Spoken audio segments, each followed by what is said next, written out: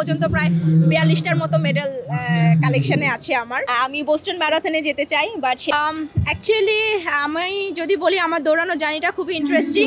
আমি শখের বসেই দৌড়ানো শুরু করেছি জানুয়ারি মাসে ঢাকা ইন্টারন্যাশনাল ম্যারাথনে, এবং সেখান থেকে আমার দৌড়ানোর জার্নিটা, তারপর থেকে যতগুলো রান করেছি মোটামুটি সবগুলো রানেই আমি কোনোটাতে চ্যাম্পিয়ন হয়েছি, কোনোটাতে ফার্স্ট রানার আপ হয়েছি, কোনোটাতে সেকেন্ড হয়েছি। মোনালিসা হেভি ফ্লো 15 পিস প্যাকেটের সাথে 8 পিসের একটি প্যাকেট একদম ফ্রি। এভাবেই চলছে। তো আসলে মজা করে কোনো কিছু শুরু করে যে আসলে এরকম ভালো পর্যায়ে আসা যায় সেটা আমি রান করার পরেই বুঝতে পেরেছি। তাই আমার কাছে মনে হয়েছে যে এই জায়গাটা অনেক ইন্টারেস্টিং।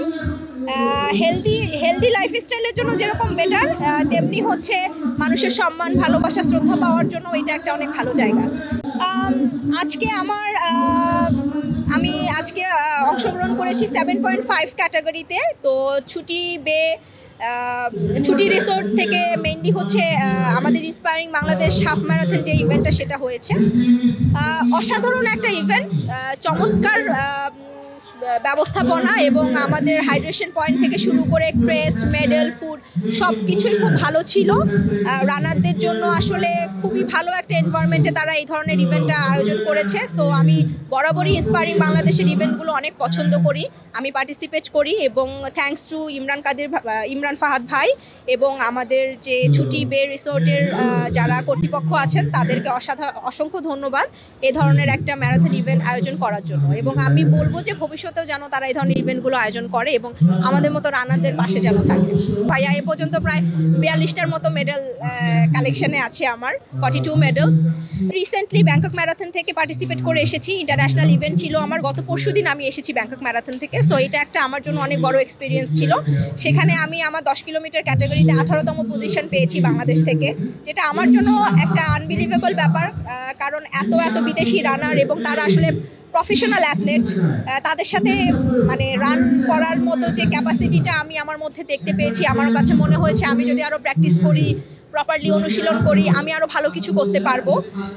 তো এটাই হচ্ছে আমার টার্গেট, যে সামনে আরও বেশ ভালো কিছু করার ইচ্ছা আছে। ইন্টারন্যাশনাল ইচ্ছা আছে, আমি বোস্টন ম্যারাথনে যেতে চাই, বাট সেটার জন্য আমাকে আরও প্রিপেয়ার হতে হবে, আরও সময় নিতে হবে। তো আমি আস্তে আস্তে প্রিপারেশন নিচ্ছি। আমার কাছে মনে হয় শর্টকাট পলিসিতে কোনো কিছুই ভালো না, সব কিছুই আস্তে ধীরে করাটা বেটার। তো সেই জায়গা থেকে আমি আমার নিজেকে প্রস্তুত করছি, হয়তো আরও 3 বছর 4 বছর পরে আমি হয়তো সেই জায়গাটায় যেতে পারবো, যদি আমার আসলে সব কিছু ঠিকঠাক থাকে, প্ল্যান ঠিকঠাক থাকে। তো এটা হচ্ছে আমার মেইন টার্গেট, বোস্টন ম্যারাথনে যাওয়া। আমার আইডল বেসিক্যালি সিফান হাসান, ওনাকে আমি সবসময় ফলো করি।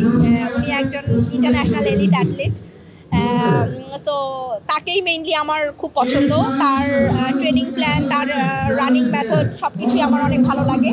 তো আমি মূলত তার অনেক বড় ফ্যান। আমি একটা কথাই বলতে চাই, দৌড়ানোর পরে আসলে মেন্টাল যে স্ট্রেসটা সেটা অনেক রিলিজ হয়ে যায়। হ্যাঁ, আমাদের আজকাল আমরা অনেক বেশি মেন্টাল ডিপ্রেশনে থাকি, আমাদের আসলে মানসিকভাবে আমরা অনেক বেশি বিষাদগ্রস্ত থাকি, আমাদের অনেক বেশি অলসতা অনুভব হয়। তো আপনি যখন দৌড়ানো শুরু করবেন, দৌড়ানো শেষ করার পরে দেখবেন আপনার শরীরের মধ্যে একটা খুব ফুরফুরে অনুভূতি আপনি ফিল করবেন, এবং আপনার খুব হাসি খুশি একটা মানে মনের দিক থেকে খুব হ্যাপি ফিল হবে, হুইচ ইজ ভেরি ইম্পর্টেন্ট। আপনার কাজের প্রতি ফোকাস বাড়বে, আপনার দেখবেন যে কোনো কিছুকে আপনি খুব এনজয় করতে পারছেন। তো এই জন্য আসলে রান করা উচিত।